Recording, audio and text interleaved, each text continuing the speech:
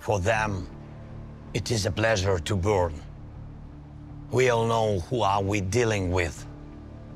Russia is run by men who want to make it a norm, burning lives, destroying cities and villages, dividing people and erasing national borders through war. There is no nation that can stop such war alone. Unaided world leaders' engagement is needed. I'm now in Kharkiv, a city in the east of Ukraine, and unfortunately very close to the border on Russia. What does it mean for Kharkiv? A third year of constant terror. More than 1 million of people in this city. And every night and every day, Russian army is shelling the city, mostly with S-300 missiles. These are air defense missiles which Russia employs to terrorize the land. There is not a single district or street in the Kharkiv that hasn't suffered from this regular cruelty. Russia added strikes with guided aerial bombs. Russian aviation comes close to our state border and launches these bombs straight on the city. It is a weapon of indiscriminate destruction. And anyone in any city of the world, from Sao Paulo to Harbin, take this the same way as terror, just like all other Russian strikes on hundreds of other of our cities and villages.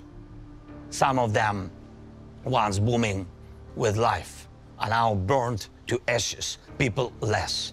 A burnt-out emptiness, the most horrible consequence of war. War that we didn't want in Ukraine, that we haven't provoked, and in which Ukraine is defending itself from Russian attempts to seize our resources and territories and destroy our national identity. And the world sees it. Behind me are the books burned down by Russian missiles. It was one of the largest publishing houses in Ukraine. People got injured here. Unfortunately, there are people killed. Temperature of burning here hasn't managed to totally reach for 451 degrees Fahrenheit. But that's what the leaders of Russia need and want, even higher temperatures. And not only on the sovereign territory of Ukraine, Russia is threatening almost all of its neighbor countries. Russia is the only state that captured the nuclear power plant and is openly using it for radiation blackmail. There is nothing that wouldn't become a weapon for Russia, including hunger. And exactly this the world felt when Ukraine was hit by Russian naval blockade.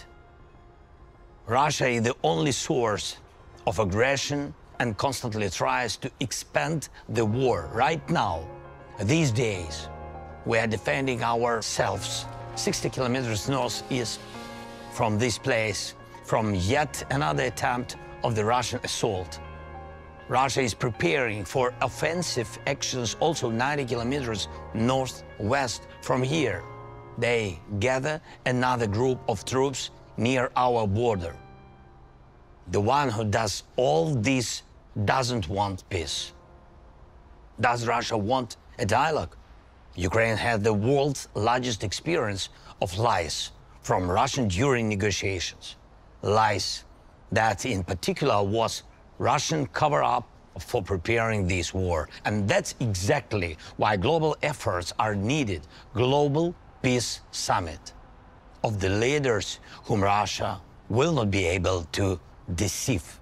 Summit that will show who in the world really wants to end the war and not just claim the ceasefire, which will inevitably be broken by Russian rockets and artillery, just like as it was dozens of times before.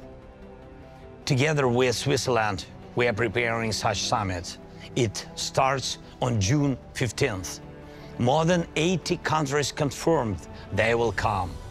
And we continue to work with the leaders, inviting them to join the summit.